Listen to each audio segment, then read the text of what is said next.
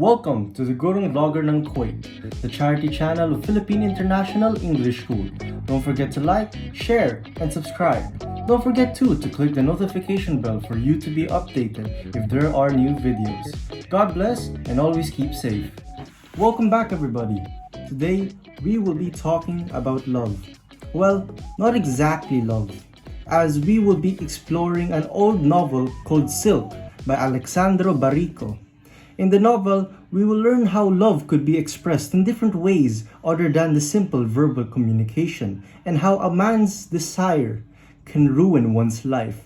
So, to make things simple, let's summarize the novel. But first, let's get a bit of background knowledge.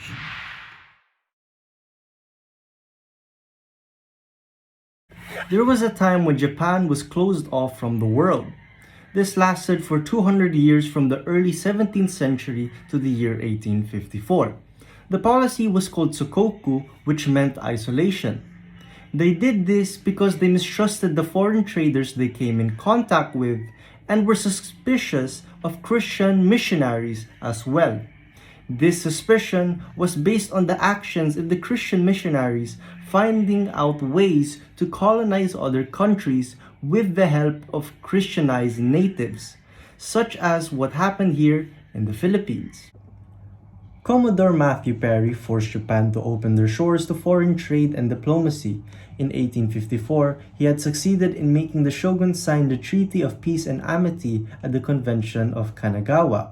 According to Ayako Mi, silk became one of the nation's most important exports after the Tokugawa shogunate dropped its policy of isolationism in 1854. Demand for Japanese silk surged after European silkworm stocks were ravaged by disease and Chinese silk exports were crimped by political instability in China. Herve Joncourt travels the world by buying silkworm eggs and eventually travels as far as Japan. He buys eggs from Harake, a French-speaking nobleman. Joncourt falls in love with his mistress. During his second visit to Japan, Joncourt learns about the aviary of exotic birds that Harake has built. He leaves a glove for Harake's mistress to find in a pile of clothes. Harake's mistress gives him a love note written in Japanese that says, "Come back or I shall die."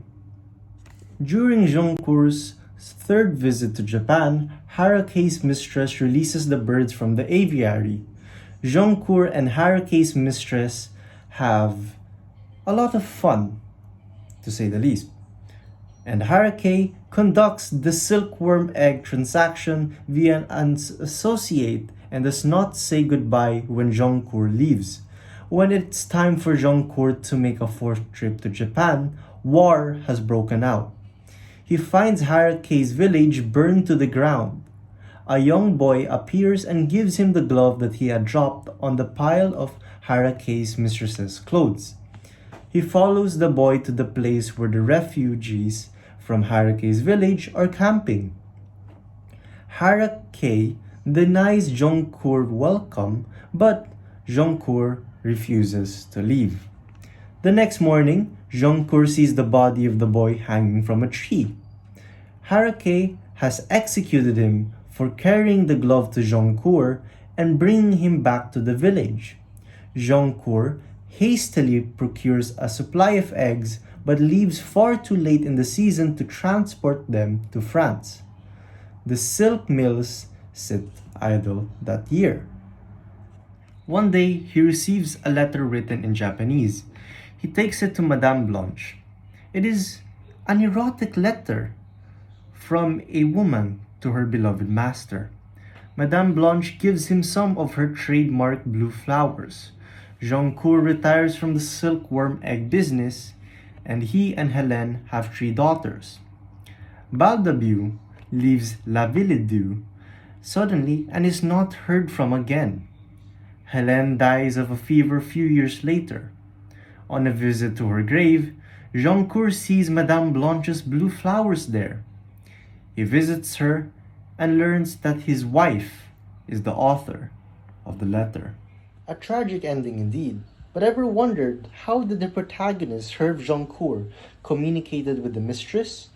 Well, during the conversation with Harakei, discussing about the silkworm eggs with his wife beside him, Herve Joncourt was secretly flirting using nonverbal cues like the stare and the cup they drank on where Joncourt's lips were placed.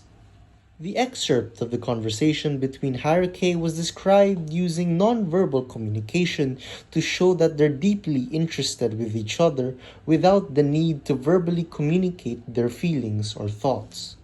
Overall, I think the novel poses the conflict between a man with himself. He chose to do something that he knew he shouldn't be doing. In this case, it was illegally obtaining the silkworm eggs and the mistress. The novel could be taken with one simple moral lesson.